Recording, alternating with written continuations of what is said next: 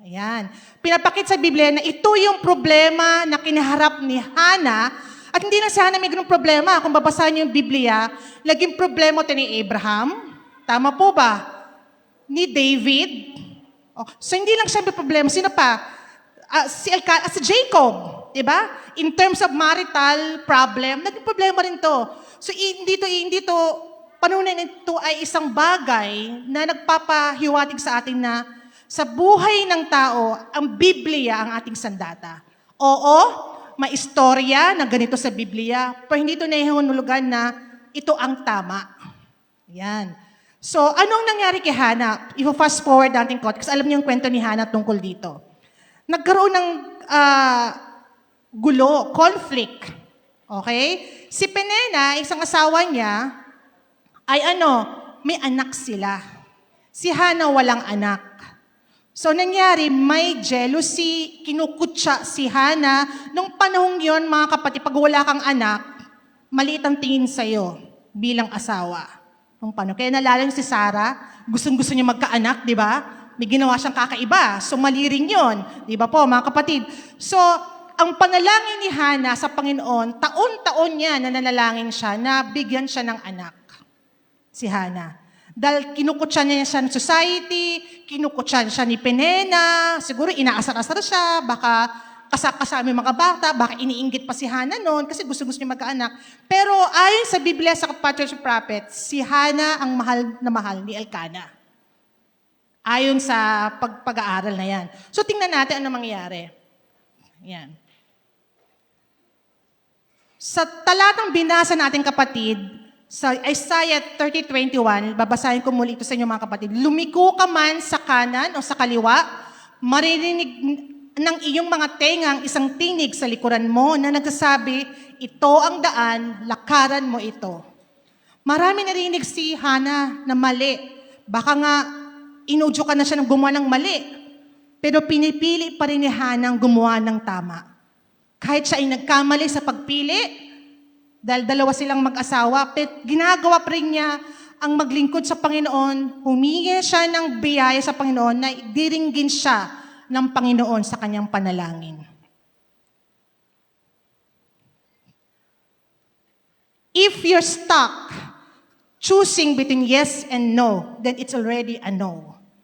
Ano ibig sabihin mga kapatid? Lalo sa ating mga kabataan, no? In terms of decision-making to, mga kapatid, with our faith, ayon sa, basahin ko sa James, okay, basahin natin. James 1:6-8, if you are torn and constantly doubting, the Bible warns again, being double-minded and unstable.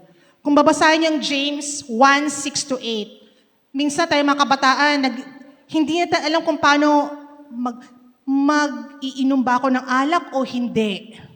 Hindi tayo sure. Na-stuck tayo doon, magsisingsing ba ako o hindi. Tabi-tabi po sa mga, maghihikaw ba ako o hindi. Parang ang tagal natin pinag-isipan, minsan years pa. So it means to say, parang sabi dito sa quotation na to, na galing sa isang philosopher, sa mga philosophy, pag, di ba, 1 plus 1, 2, di ba? Alam niyo yung negation sa math? Negative 1 plus positive 1 equals to? Ano sagot? Negative, positive. Negative. Di ba? Pag negative sa positive, equals negative yun. Pag positive equals to positive, negative plus negative equals negative. Pag sa multiplication. So, ito ay pag-sample. Alam niyo mga kapatid, wala sa sa biyaya ng Panginoon, nung ako'y nabautismuhan, klaro sa akin na hindi ako pwede maghikaw, klaro sa akin, hindi ako pwede magsingsing, klaro sa akin, hindi ako pwede mag-jewelry. Klaro sa akin hanggang ngayon. Klaro dapat sa ating mga kapatid na Sabat ang 7 araw ng pahinga. Klaro po yan.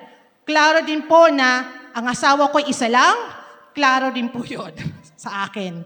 Alam niyo pa, bago kami kinasal ng aking asawa, nagdumaan po kami ng counseling. Okay? Kasi meron siya pinag-usapan natin, counseling. So, doon sinabi na, ang pagkaasawa, hindi lang puro kaligayahan.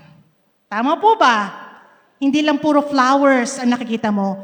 Darating ang panahon, titingin ka sa iba, talagang inopen lahat ng negative. Okay? May panahon nalilingon ka sa ibang lalaki, mapapatingin ka, mas gwapo siya sa asawa mo. Ang asawa mo lang titingin din sa mas magandang asawa, no? So ngayon, pag dumating yung panahon na yon, kailangang lumuhod ka at manalangin na ikaw ang asawa at siyang asawa mo. Klaro din doon na dating panahon na sisigawan ka niya. Siyempre, pag mangliliko pa rin, walang sigawan, lambing-lambing ka, sweet-sweetan, honey, love-love. Pero pag nagkaroon ng problema, sabi ko magsaing ka na eh. Alam mo naman galang ko sa trabaho, ano kakainin natin ngayon? Naglaba pa nga ako eh. Nagsigawan na kayo. Klaro yun, mga kapatid, na bago kang mag-asawa, darating ang panahon, tataas ang boses isa sa inyo. Ano ang gagawin mo? Yung panahon ni Hannah, bagamat hindi klaro sa kanya ang naging resulta ng kanyang desisyon sa buhay, pero hinarap niya to kasama ang Panginoon. Tama po ba? Hinanalangin sa Panginoon na may pagbabago sa darating na panahon.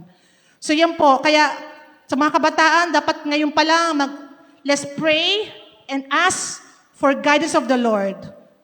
Na double-minded.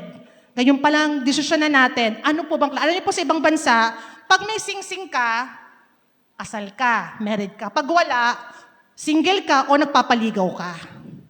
Yan. Wala akong sing-sing. So akala naman katrabaho ko, single ako. Di ba nalala niyo, kwento ko dati noon, ganyan din ang kwento ko. Ako, never talaga ako nagsing-sing. So parang, ang dating sa kanila, nagpapaligaw ako. Tama po ba? Kasi wala akong sing-sing.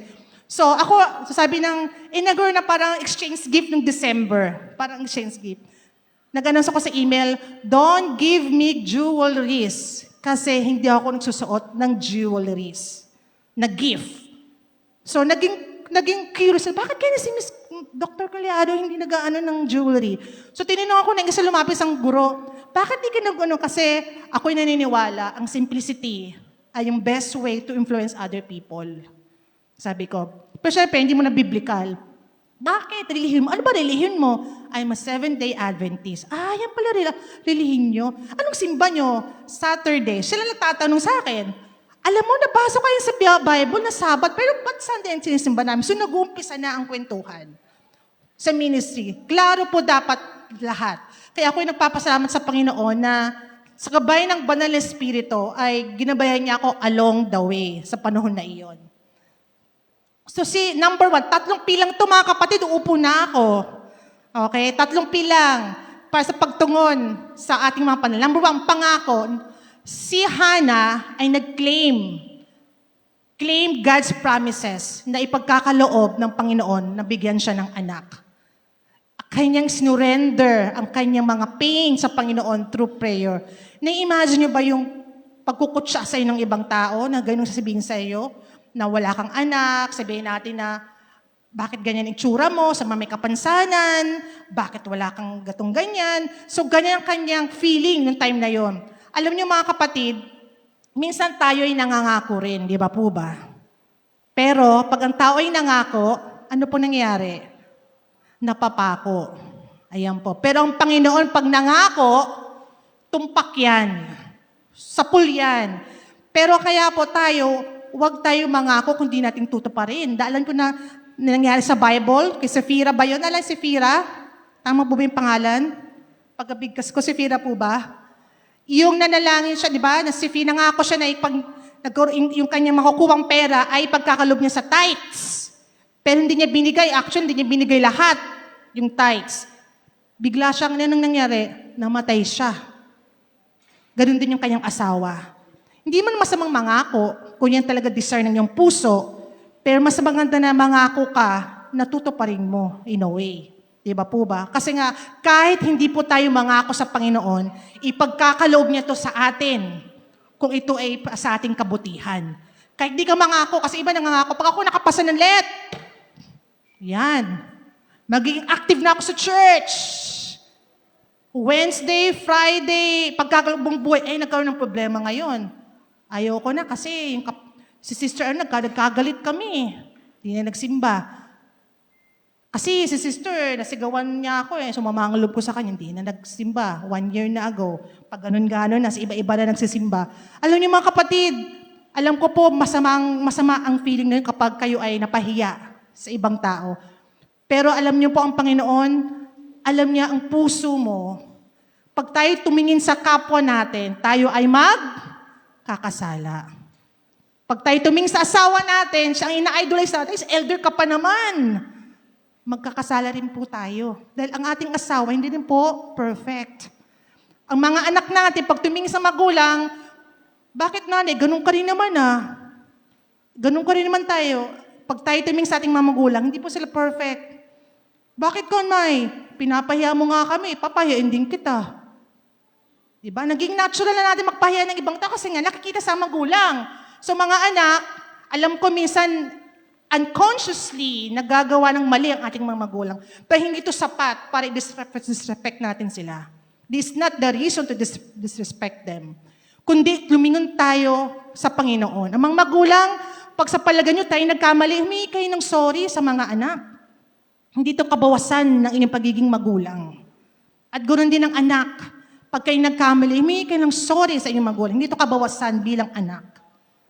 Kasi minsan pride no? Alam niyo po sa ibang bansa, ang mga bata doon, matataas ang pride, pati mga magulang. Values, hindi ganun kaganda, katulad dito. Pero tayo bilang Kristiyanos, ang lugar ka mapunta, USA ka man, Canada ka man, iisa lang ang batayan natin ang Biblia. Di ba po ba? So si Hannah, lahat ng kanyang pain, kung babasahin natin ang James 5:16, kung kayo may mga Biblia, basahin po natin. Napakaganda po itong salitang ito, Santiago. Ayan po. Santiago 5:16. Nung bago ko umalis po, papuntang Amerika, wala pa akong salamin. Ngayon may salamin na ako. Nasa edad yan di ba? So, 5:16. Ayan po, sayin natin. Kaya't ipahayag ninyo sa isa't isa ang inyong mga kasalanan at ipanalangin ninyo ang isa't isa upang kayo gumaling. Ang panalangin ng taong matuwid ay makapangyarihan at mabisa. Ayan, take your pain to the Lord. Every child will make mistakes. Tama po ba? Sino po dito hindi nagkakamali mga kabataan? Pero minsan, yung paano pagsaway natin sa anak natin ay mali. Tama po ba? Minsan, kapag nagkamali ating mga anak, dindisiplina natin. Paano tayo dindisiplina ating mga anak? By shouting, sumisikat, tumataas ang tono ng boses, lalo pag maraming tao, nandiyan lang mga kamag-anak, o kaya ano pa, humiliation, napapahiya, harsh words, normal lang. So paglaki ng bata, normal lang sa kanyang ganun, narinig niya mula bata So paglaki niya, ganun din siya sa kanyang magiging asawa, sa kanyang mga magulang. Darating ang panahon, paglaki ng anak po natin, pag 18 na siya o whatever age, sumisigaw na rin po yung anak ninyo sa inyo. Magugulat na lang kayo, ba't sumisigaw? Ba't ka sumisigaw? Nung bata, sinisigawan mo rin. Nadapa na ngayong bata, nadapa na, ang likot-likot mo kasi. Kaya ka nadapa, papaluin mo pa, nadapa na nga Nagkasugat na nga, di ba? Ano pang tama doon? Dapat nga mas alalayan mo pa siya, gamutin yung sugat, then kausapin mo mahinahon, privately. Sabihin mo sa kanya, anak, ba't ka nadapa? Anong nangyari? Di ba? Ang typical sa ating Pag may dapa dyan, yan, sabi ko sa'yo, likot-likot mo O, di yan na. Pak, pak, pak. Papaluin na natin. Tapos, may bisita pala. May kapitbahay pala. Kaya, ganun na nangyari. Naging upbringing na natin. Nasa kultura kasi natin yan, mga kapatid. Generally, ganun po mga Pilipino. Kasi po, we are occupied by Spanish ng 100 years. Ganun po mga disiplina mga Espanyol nung araw, di ba? Sa mga Pilipino, talagang papahiin ka talaga. So, dala-dala natin yan sa genetics natin. Pero, malinaw sa Biblia. So, ang bawat bata ay nagkakamali. Tayo rin po. So, ang tanong, we can discipline a child to what? To build character, not to destroy confidence. Kasi pag nawala yung confidence sila, napapaya lagi siya. Paglaki niyan, yung self-esteem nila, parang tumaas sa self-esteem, magpapaya nila sa ibang tao kasi tingin nila yun ang tama. Ganon din sa eskwelahan. Di ba po ba? Mga guro, kakapa ko guro, pag nagkakamali mga kabataan, yung mga estudyante natin, ang tendency, Yan, ang bagal-bagal mo kasi. Di ba? Yan ang sinasabi ko eh. Pasa mo na nga yan. Oh, may ganun. So nakakarinig ng ibang estudyante, napapahiyong bata. Alam niyo po, may mga estudyante kami doon, na ganun ang sitwasyon. Tapos lalapit sa akin, sabihin niya na, Ma'am, ayoko na pong pumasok. I don't like to go to school anymore. Bakit? Kasi lagi akong baksak sa quiz. Laging baksak sa quiz. So, pinapapaya siya inaasar siya ng mga classmate. Baksak ka na naman, hindi ka na pupunta sa grade 6, hindi ka na pupunta. Alam mo, asar-asar. Normal lang, kasi Pilipino, ganyan na. Anong sagot ko sa kanya? Your grade doesn't define who you are. Ang grado mo, hindi ibig sabihin mababa ka, ay hindi ka enough. Na wala kang silbi sa lugar na ito. Hindi. Ang grado mo, nagsasabi lang sa iyo na ito po yung mga bagay na kailangan mo i-improve bilang estudyante. At ang test na yan, ito rin nagsasabi sa guro, sa teacher, to evaluate themselves, ito pa pala yung mga bagay na kailangan ko pa ituro ng mahusay. Para yung estudyanteng ito ay maintindihan niya pa. Mag-i-extend pa ako ng effort para maintindihan niya. So, ang mga estudyante po, minsan nila naintindihan bakit sila bumabaksak. Feeling nila sila yung may kasalanan. Bakit sila bumabaksak? Kaya minsan, nawalan silang gaan pumasok sa school kasi nga, ang tingin nila sa school, test. They always be tested, their intellectual capability. So, pagtugon. So, ang mga nanay, tayo po kailangan mag-claim sa mga pangako ng Panginoon. Ano man nangyari sa ating mga anak, nagkamali man po siya, tayo po ay patuloy na humingi ng gabay sa Panginoon. Si Hannah po ay nanalangin until something changes. Hindi pa siya tumigil. Next. Sabi po sa 1 Samuel 1:7-8, taon-taon siya nananalangin. Imagine, hindi ko alam gano'ng katagal yung taon-taon. So, ibig sabihin nito pala ay talagang masigasig, never ceasing. Tayo po mga kapatid, napagod na pa tayong manalangin para sa ating mga anak. Kapag sila gumawa ng mali, lagi nang gano'n. Sige, bahala na, Panginoon. Ginawa ko na ang lahat. Ganyan pa rin siya eh. Bahala kayo pa, ganun pa rin talagang asawa ko. Wala na akong magagawa dyan. We stop already. Parang, you surrender it all to the Lord, pero hindi ka na nanalangin. Kasi naniniwala ka na wala nang pagbabago. Pero si Hannah, naniniwala siya na tutugunin ng Panginoon ang kanyang panalangin. Kaya mga kapatid, huwag tayong mapagod manalangin sa ating mga anak, sa ating mga asawa, sa ating mga magulang. Kung sa palagay ninyo, nagkakamali ang magulang at sa atin, iluhod natin to sa Diyos. Lord, bakit ganun si mama? Bakit ganun si tatay? Bakit di niya ako nakikita? Lagi lang yung kapatid ko nakikita. Mga anak, manalangin tayo sa Panginoon dahil tutugunin niya to katulad ni Hannah. Yan po. Alam niyo po doon sa school na yon, lagi po ko, sabi ko nga, doon ako nakakapag-devote kasi aga-aga na pasok namin 7:13, doon ka na dapat. Ang ating call time. So 7:15, nandun na ako. Doon na ako lang di-devotional sa school kasi wala na akong time. Kasi alam niyo po doon, mabilis ang oras eh. Mabilis, hindi mo ma-explain. Mahabang umaga, mahaba yung gabi. Di ba po ba? So yun po, next. Yan yung sabi ko kanina, no? A low grade doesn't always mean a child lacks intelligence. Maraming dahilan bakit mababa ang intelligence ng mga bata. Number 1, kulang sa tulog. Number 2, trauma, anxiety na nadaranasan niya. Number 3, ang learning niya ay mabagal. Pero he's still learning. He's still in the process of learning. Bakit? Meron akong isang kina-counseling doon na bata. Naghiwalay po ang kanyang magulang at early age. 4 years old. Na-divorce po. Ang sabi niya I don't wanna go to school anymore. 4 years old bata, kinder. So, nangyari nun, pinasis ko siya, nag-uusap kami lagi. Yung pala, ayon sa pag-aaral, alam niyo po ba, pag ang magulang ay naghihiwalay, they are grieving ang mga anak. Ulitin ko, ayon sa pag-aaral ng child psychologist, kapag ang mag-asawa ay naghiwalay, ang anak ay also grieving.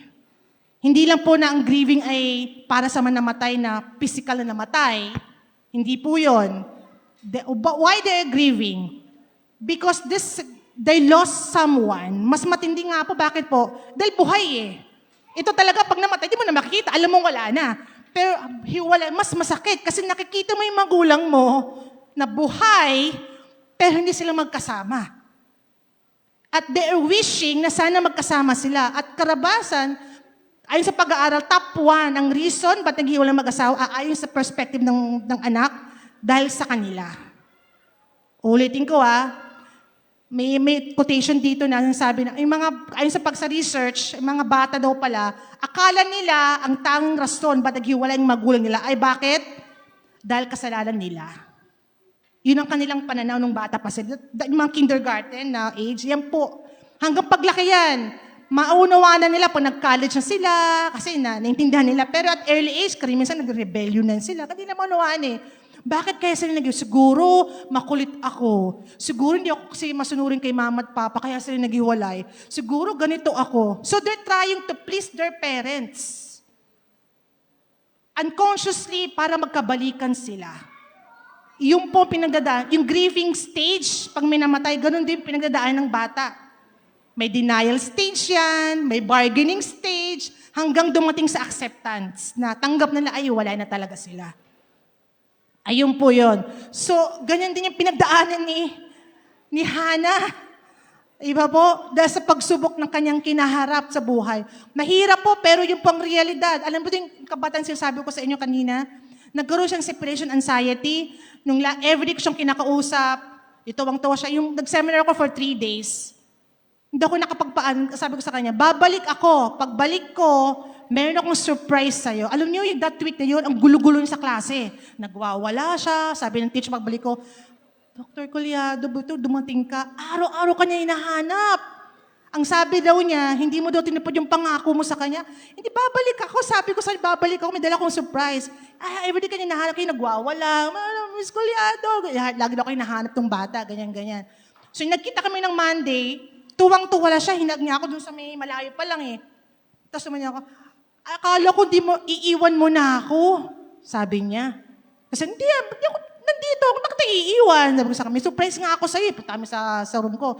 Tuwang-tuwa siya. Kasi nga ang kanyang pananaw, lahat ng mahal sa buhay, iiwan siya. Kaya nga, grieving stage niya, kailangan meron siyang sama na kanyang masasandalan that time. So, lagi ko siyang kinakausap, divert ko siya, sinasabi ko siya na mahal siya ng mga magulang niya, ganyan-ganyan, ang counseling technique namin hanggang ngayon. So, ngayon, kahit pa na kahit di niya ako nakikita, ay nagkakaroon na siya ng confidence sa sarili na unawaan niya ang mga bagay-bagay. Kasi nakita niya kasi parang naghiwalay magulang, kita niya talaga in actual na nagbabalot yung tatay niya, tapos hinihila ng nanay. Alam mo yung Excel teleserye, parang ganon. Tapos umiiyak siya, hug niya yung kapal, Daddy, ganun talaga eksena. Kinakwento niya sa akin parang naawa talaga ako, parang gusto ko parang teleserye ito Ganun ang kwento, kita niya talaga kung paano siya hinimulis yung tatay niya sa bahay. Tapos yung nanay naman niya, huwag ka sasama doon, ganyan. Ayun. Gagawin. Panganay yun, dalos na magkapatid, babae, parang babae. So may ganun siyang longing. And she's always asking herself, ako yung may kasalanan, ba't naghiwalay yung magulang ko? Hindi niya pa maintindihan yun kasi at early age. So sa mga counselor, yung mga ganong klaseng bata, kailangan kina-counseling yun. Constantly. Para paglaki nila kasi ang tendency niya mag-rebellion. Ang effect niya sa bata. Kasi nga, they blame themselves why their parents separated. Next. Yan. Sabi dito, sa dulo na lang, nung nagbuntis siya at dumating ang araw na siya'y nagsilang ng isang sanggol na lalaki, ang pinangalan nito ay sapagkat sabi niya, hiningi ko siya sa kay Yahweh. Ito yung panahon na tinugunan ng Panginoon ng panalangin ni Hannah. Mga kapatid, pag tinugunan po ba ng Panginoon ating panalangin, do we stop praying already? Kasi minsan, sinagot na ng Panginoon panalangin ko. Wala na. Hahayaw na naman. Nagkaroon na ako ng trabaho. Nagkaroon na ako, pumasa na ako sa board exam. May boyfriend na ako. May girlfriend na ako. After that, babalik naman tayo sa dati. Tama po ba? Pero si Hannah, nung tinugon ng Panginoon na kay panalangin, patuloy pa rin siyang nanampalataya. Bagkus, training niya pa si Samuel, di ba po ba? Ni-nurture niya pa at dinedicate niya pa ang kanyang anak. Naging mas busy pa si Hannah. sa gawain ng Panginoon. Kasi you want Samuel, gusto niyang i-train si Samuel sa gawain ng Panginoon. Pag tinugon po ng Panginoon ang ating panalangin, we should never stop. Because to trust God, that's what matters the most.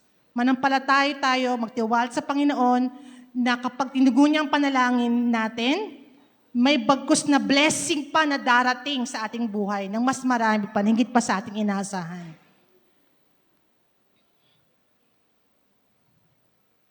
Ayun na yung next. Ayan. Paglago.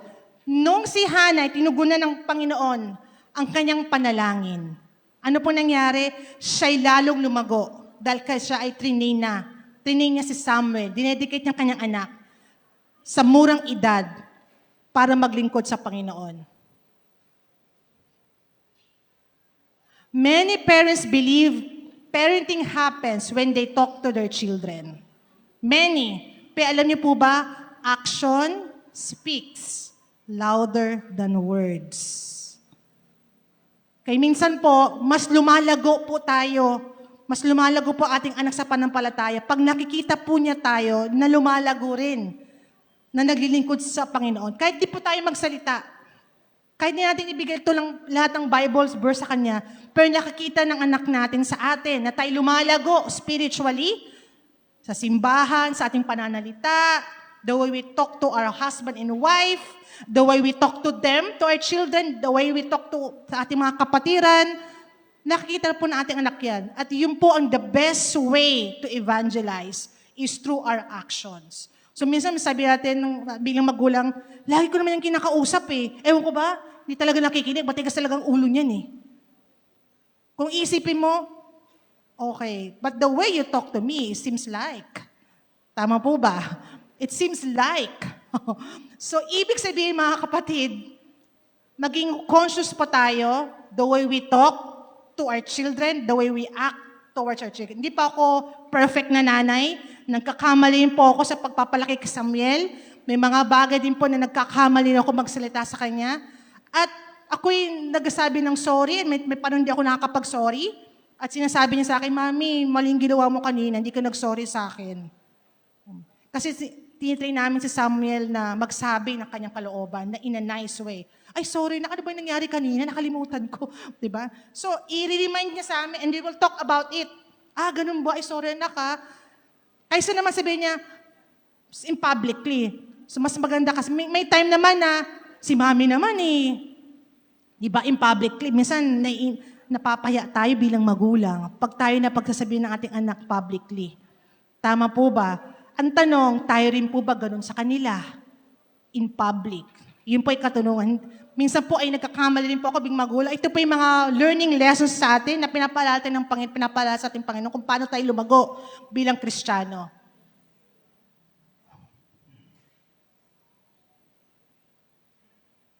Yan.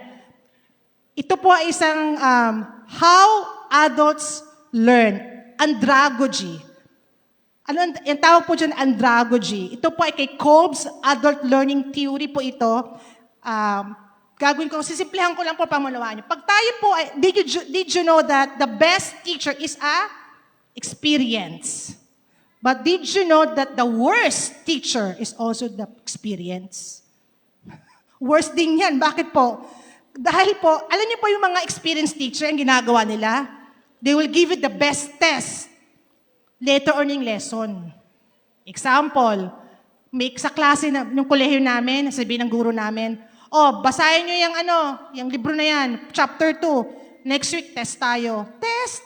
Hindi ka nga nag-lecture, magte-test tayo. May ganon. Okay? Ang tawag doon, flip classroom. Bibigay mo muna ng test, bago mo sasabihin ng lesson. At kadalasan, yan ang nangyari sa atin bilang Kristiyano, tama? Minsan yung bibigyan tayo ng malaking pagsubok. Hindi natin manoon bakit nangyari ito, Panginoon. Nanalangin na po ba kayo ng buong gabi na nakaluhod? Na umiiyak? Na madaling araw na, pagising nyo, umiiyak ka pa rin? Sino po nakaranasan nun? Ako naranasan ko na yun eh. Nanalangin ako gabi hanggang madaling araw, nakaluhod, umiiyak pa rin ako. Parang, Lord, parang hindi ko kaya. May ganong pangyayari sa buhay natin. At alam ko sa inyo, nang nangyari sa inyo to, kasi minsan, experience will give you the best, worst na scenario. Pero isip, bakit po binigay ng Panginoon to? Then later mo pang malalaman yung lesson afterwards. Experience. Ang tanong, nung experience mo to, nag-reflect ka ba? O na-stuck ka sa experience na yun? O nag-reflect, meaning, nagmuni-muni ka ba? Inanalyze mo ba yung mga nangyari? Ba't nangyari? Nagbago ka ba sa pananaw mo sa buhay? Alam po, yan po yung, hindi po lahat ng tao may ganong skill to reflect. Alam niyo po ba, ayon sa pag-aaral? Kasi, theory ni Kolb's eh. Bakit po? For example, every day we need to reflect. For example, bago tayo matulog, Lord, what went wrong today?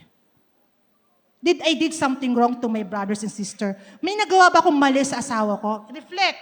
May napagsabi ba ako ng hindi maganda sa aking katrabaho, sa aking kapatid? Ako, ganun ang usually ginagawa bago matulog. Nag-reflect. Kasi minsan paggabi, mas naiisip mo lahat, di ba po ba? Hindi ka busy eh. Bago ka mag-pray, reflect. Lord, nakapagsalta bang ni maganda? Ano mga magandang bagay na nagawa kong araw na to? Ay, ito magandang bagay to. I need to be thankful about it. Then before we sleep, we pray. We thank the Lord. We reflect. Bakit tayo nag-reflect? Because we want to be a better person the next day. Yung taong nanalaging kagabi will be more better the next day. Kasi kung di tayo nag-reflect, ano ka next day? Ganun ka pa rin. The same pattern, hindi nagbabago. Kaya minsan itong reflect, yan ang nawawala. Experience lang, theory agad. Theorize means conclusion. You decide, decision-making na theorize. Ang tanong, minsan nilalagpasan natin yung reflection. Hindi mo na-analyze eh. Pag nag-reflect, ay, nagkamali ako sa asawa ko. So bago ka matulog, magsusorry ako sa kanya. Bago ka man lang. Ay, nagkapagsalta ako ni maganda. Ay, sa co-teacher ko, parang hindi maganda yung nasabi ko sa kanya. Mag-isan nga ako ng quotation, Bible verse. Para pag nabasa niya, mag-reply, sabihin, hindi ko siya nasaktan. See? Reflect. Pag nag-reflect ka, magtutury, ito. Next time, ito na yung gagawin ko. Ito na yung mga step. Kasi nag-theory ka na na-analyze mo, nag-reflect ka, may ka ng tawa, and everything. Then bago ka matulog, at peace ka. Alam niyo po, sabi nga lagi ng asawa ko, kung matutulog ka, puro negative thinking ka, pag umaga, negative pa rin yan. Kung isip-isipin siya buong magdamag. Di ba po ba? Parang marinate mo. Marinate mo yung negative thoughts buong magdamag habang natutulog. Ay, minsan, ganun ba kayo minsan mga nanay? Pag natutulog, napapanaginipan mo pa yung mga nangyari. Ganyan kasi generally, ganun ang nanay eh. Pag matulog, bilang babae, parang nagre-rewind lahat ng mga nangyari, mga negative thoughts. Minsan, nakapikit ka pero gising ang diwa mo. Ganyan siya eh. Ibig sabihin mga kapal, minamarinate mo yung mga negative things. So pag-iisip mo ng umaga, lutong-luto na siya. Barbecue na yung mga. So pagdating no, negative na yung mukha mo na kasi makot ka na. Diba? So yung mag-aaway na kayo ng asawa mo, walang reflection. Theory. Lalo sa mga bagong kasal, mag-asawa, mahalagang reflection. Bago kayo matulog, mag-usapan nyo, honey, what went wrong today? Alam mo sa trabaho ko, ganito nangyari. Ako rin. Di ba? May kausap ka. Next is experiment. Mali pa spelling ko, pasensya na. Experiment means you create a new experiment. Tatry ko nga to next time. So you are given another chance to do it better. Another chance to do it better with the Lord. Sa araw-araw na lang, Lord, nandito na naman sitwasyon. Magkikita na naman kami ng kaaway ko. Teka, tulungan mo ako, Panginoon, nang umiti sa Kanya. Kasi nanalangin ako sa inyo eh. So, you give yourself another chance to do it better. Pag naging better na yon, is a new experience already. But minsan, doon din nag-stop yun. Di na umaangat. Bakit? When we don't value our experience, that is nothing. Ibig sabihin ng value. For example, alam niyo sa panahon natin ngayon, we don't value experience. Why? For example, kakain ka bilang pamilya sa hapagkainan. Almusal, tanghalian, hapunan. Lahat kayo nagsi-cellphone. Did you value the experience eating together as a family? Binavalue niyo ba yung anak niyo sa bahay? Walang pasok, kinakausap ka, pero mamaya na. Anong ginagawa mo? Mama, ganyan, kakalibatin ka. Teka lang, may ginagawa ako. Alam niyo, anak niyo, minsan lang maliit yan. Paglaki niyan, ayaw ka niya makasama. Minsan lang yung mangulit. Iba po, lalo mga pinsan ko, no, iba na eh, iba na yung lakad eh. Minsan nakakamiss yung bata pa sila. Yung lagi ang binabalik-balik ang kinukulto ko. Sabi, mama, sama ko SM. Sama ko grocery.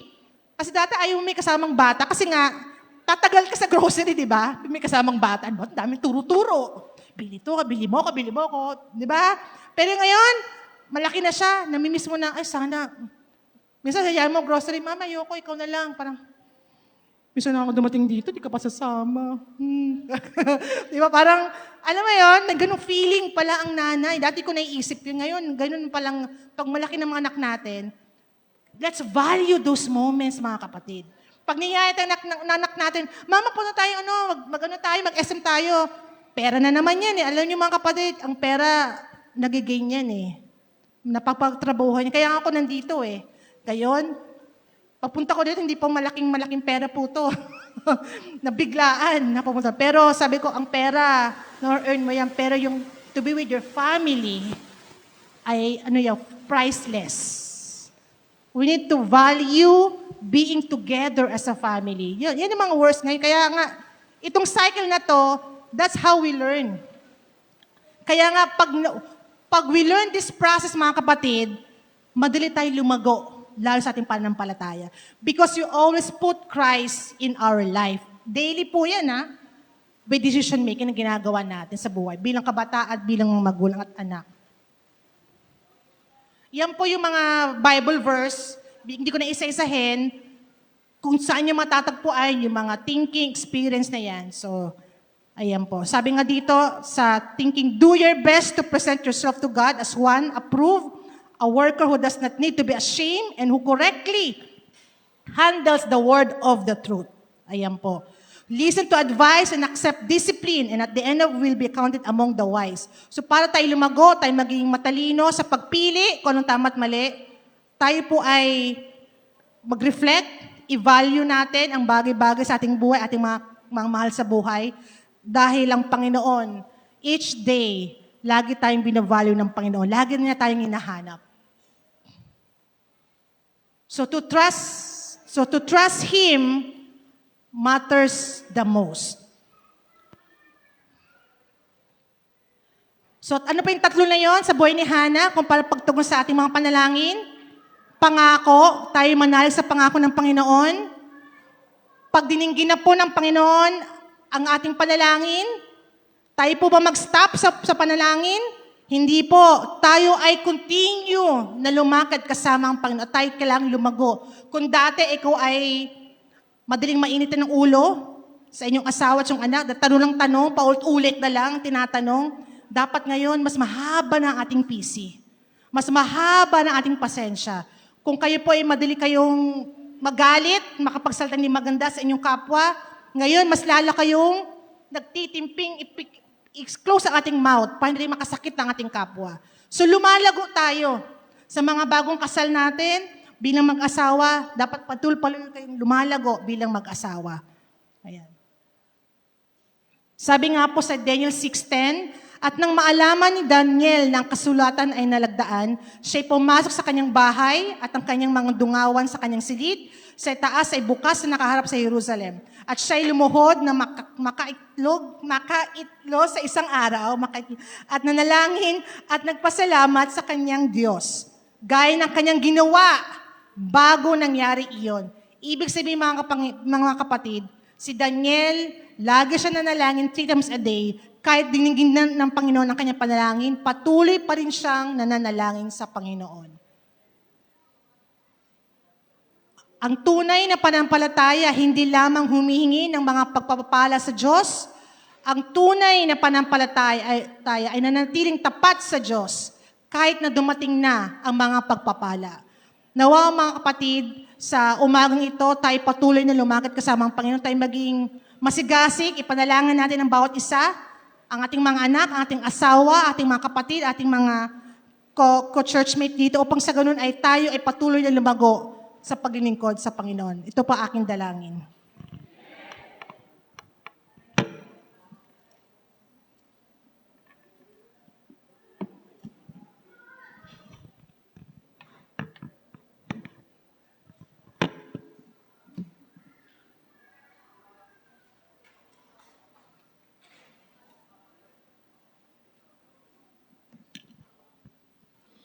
In response to the message, let us all stand and sing, Standing on the Promises.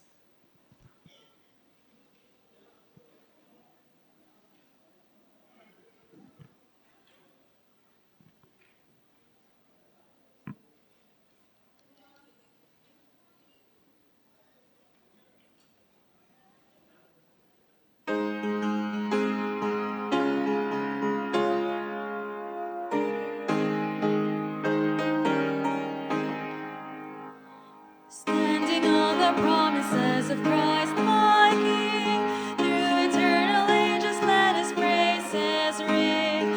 Glory in the highest I will shout and sing, standing on the promises of God. Standing, standing, standing on the promises of God my Savior. Standing, standing, I'm standing on the promises of God. Standing on the promises that cannot fail. When the howling storms of doubt and fear assail, by the living word of God I shall prevail. Standing on the promises of God. Standing, standing, standing on the promises of God my Savior. Standing, standing, I'm standing on the promises of God. Standing on the promises of Christ the Lord, bound to Him eternally by love's strong cord, overcoming daily with the Spirit's sword. Standing on the promises of God. Standing, standing, standing on the promises of God my Savior. Standing, standing,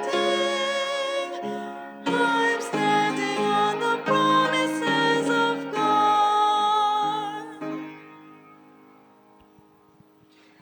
Ama, maraming salamat, Panginoon, sa reminder sa amin na kami po huwag tumigil na manalangin hanggat amin makita ang tugunan sa aming mga panalangin, Panginoon, at naniniwala po kami that you know what's best for us. At patuloy kaming lumago kasama kayo, Panginoon, dahil without you, we cannot do nothing, Panginoon. Maraming salamat sa araw ng Sabato, Panginoon. Aming binabalik ang kultit. Pasasalamat sa inyo. Sa pangalan ni Jesus, aming tapagligtas. Amen.